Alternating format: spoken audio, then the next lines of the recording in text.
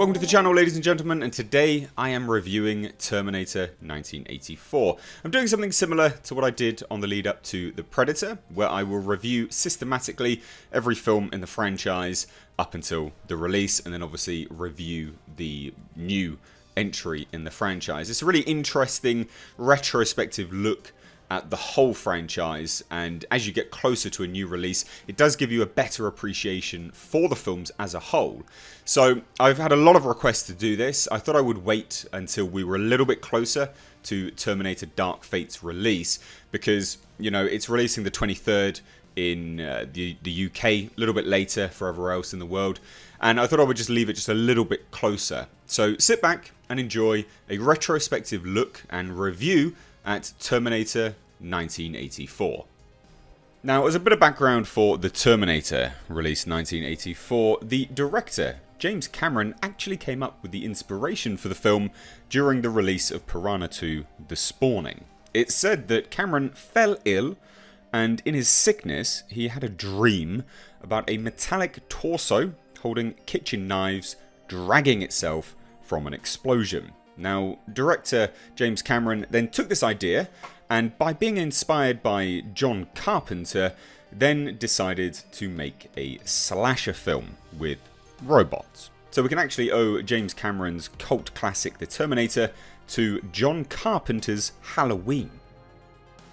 Now, Cameron would use this dream as a launchpad device to then write this slasher style sci-fi horror film that would become Terminator. Now, Cameron's agents actually disliked the Terminator concept so much that they requested he would work on something else instead, which is absolutely madness.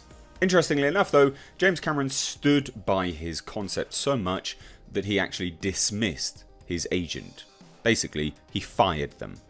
Now, from Rome, Italy, on the release of Piranha 2: The Spawning, James Cameron returned home to California. He would stay at the home of science fiction writer Randall Frakes, where he would then write the draft for Terminator.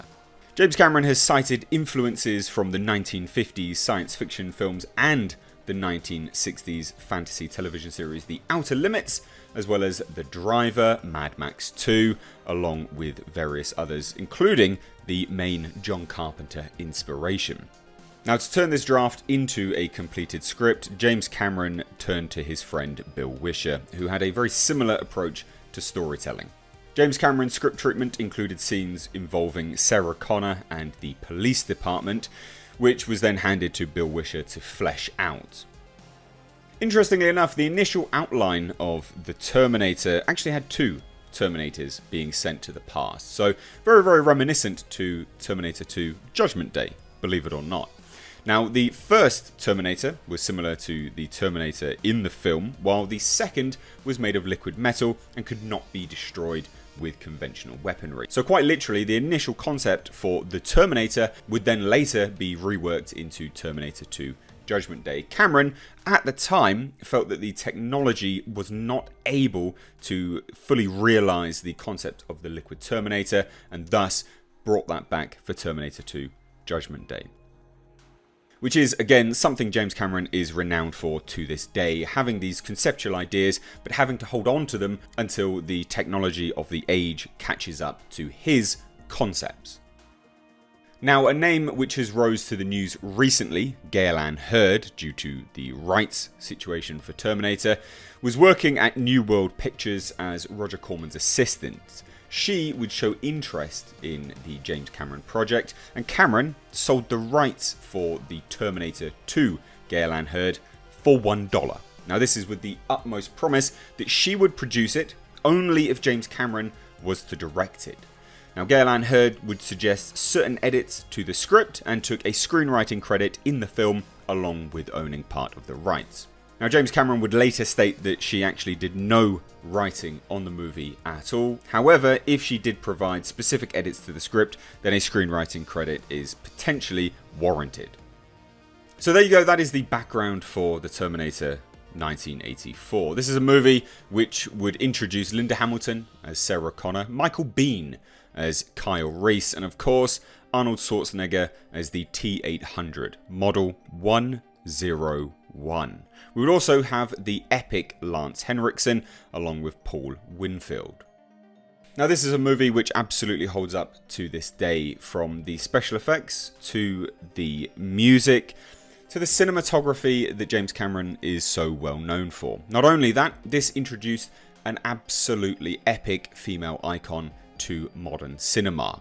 Linda Hamilton's Sarah Connor has stood the test of time. We were introduced to a fairly weak, a fairly innocent Sarah Connor in the Terminator, which would then be expanded upon in Terminator 2 Judgment Day. Now obviously that is for a review for another day. Now Arnold Schwarzenegger as the T-800 Model 101 is what I would consider to be absolutely inspired casting. Arnold Schwarzenegger is imposing, he is atmospheric, and he is relentless as the T-800. As I said, a truly inspired casting, and something which I feel really did launch Arnold Schwarzenegger's career in the film industry. Now of course this is a role that he would return to through the years, and something we'll cover moving forwards in each of these retrospective reviews is whether he really should have returned to this role during the years or not. But that being said, this is a movie from start to finish which absolutely has probably one of the best pacings of a movie of that day. Now side note on the casting, Arnold Schwarzenegger's old-time friend who sadly passed away this year, Franco Columbo, was one of the Terminators in the 2029 scene. We also had Bill Paxton, who famously is one of the only people to go up against a Terminator, go up against aliens, and also a Predator. Now from start to finish, the Terminator is a testament to filmmaking. It has very good cinematography. We have a story which slowly builds. It allows the film to breathe. The narrative isn't just spewed out on screen, and for a concept which a lot of people would have probably sniffed at the time, aka James Cameron's old agents who completely dismissed it and asked him to work on something else, it really gives the story time to breathe. And this is something which James Cameron is renowned for to this day. He doesn't rely on just chucking you the story, he really gives the film the pacing which it deserves. And The Terminator is a testament to that. Now Michael Biehn as Kyle Reese is someone that really did look the part. I feel like now, again in retrospect, when we look at the newer iterations of Kyle Reese, it simply does not stand up. Michael Biehn didn't look like an action hero, he didn't look anything particularly special, but if we're thinking in universe and contextually, he looks like a human resistance fighter from the future. Humans who undoubtedly are malnourished, humans who are just utterly clinging on to life. So I feel, unfortunately, this is something which was hugely overlooked in later iterations of the franchise. Michael Biehn, inspired casting. Now Linda Hamilton's Sarah Connor, I've touched on this already, really did fit the bill. She wasn't anything particularly special, she looked innocent, and her acting chops at the time, I wouldn't say was anything, again, particularly special, but they really did fit the part. And it was interesting from watching Linda Hamilton in Terminator to Terminator 2 Judgment Day, just to see how far she came as an actress, but also as a character. And I feel the two grew hand in hand. Again, this is something for a later day and the Terminator 2 Judgment Day review. Now from cinematography to special effects, the Terminator is renowned for both. James Cameron's films always look the part, they always look very good on screen. Now the practical effects in this film not necessarily hold up to this day. I feel they are 50-50 split. The Arnold Schwarzenegger cross animatronic practical effects head isn't a scene which to this day holds up specifically. For the time it would have been absolutely groundbreaking, but to this day does it hold up? No. But the very end scene where we have the Terminator crawling through in its full animatronic practical effects endoskeleton state is a true testament to this day. I feel James Cameron really knew how to use effects sparingly to the benefit to the film, which again is a trap that we fall into to this day, because CGI and practical effects are just used so so much, we really do lose the charm of when they are on screen. And I feel the Terminator, if you watch this film, it relies on Arnold Schwarzenegger as an imposing figure, as opposed to the Terminator robot, the actual design of the Terminator robot as an imposing figure. So I feel like that is something which is lost to this day, and something which may be something we see in the Terminator Dark Fate, an over-reliance on the endoskeleton. Maybe. Again, it's something which we'll have to wait and see. Now, the score for the Terminator was actually composed by a synthesizer, Brad Fiedel. Fiedel said that the music reflected a mechanical man and his heartbeat.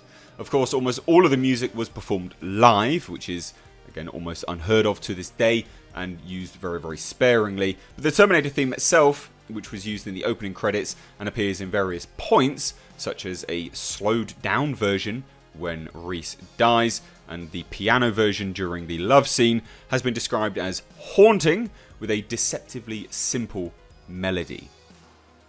Now, I don't think anyone can debate the effect that the Terminator has had on modern cinema. It grossed $38.3 million in the United States and Canada, and had $40 million taken in other territories, leading to a total worldwide of $78.3 million. Which, by comparison to a budget of $6.3 million, can be seen as a huge, huge success, easily sealing itself a sequel. The critical response had reviews from Variety praising the film, calling it, and I quote, a blazing cinematic comic book full of virtuoso filmmaking, terrific momentum, solid performances, and a compelling story. Schwarzenegger is perfectly cast in a machine-like portrayal that requires only a few lines of dialogue. Now, Time magazine actually said that the film was plenty of tech-noir savvy to keep infidels and action fans satisfied. And Time famously placed the Terminator on its 10 best list for 1984. It was near universally praised and inspired a long-running franchise. So this has been my retrospective review of the Terminator 1984. There's very little to say that people haven't said already. It's a film which I absolutely love. It's something which holds up to this day, and I don't feel detracts from multiple viewings. You can watch this movie time and time again. But I would love to hear your thoughts. What did you think? Let me know down below in the comment section. If you are new here, make sure you do hit subscribe. I cover the world of pop culture, movie news, and also movie reviews. Anyway, guys, thank you so much for watching. As always, I have been Mr. H. Take care.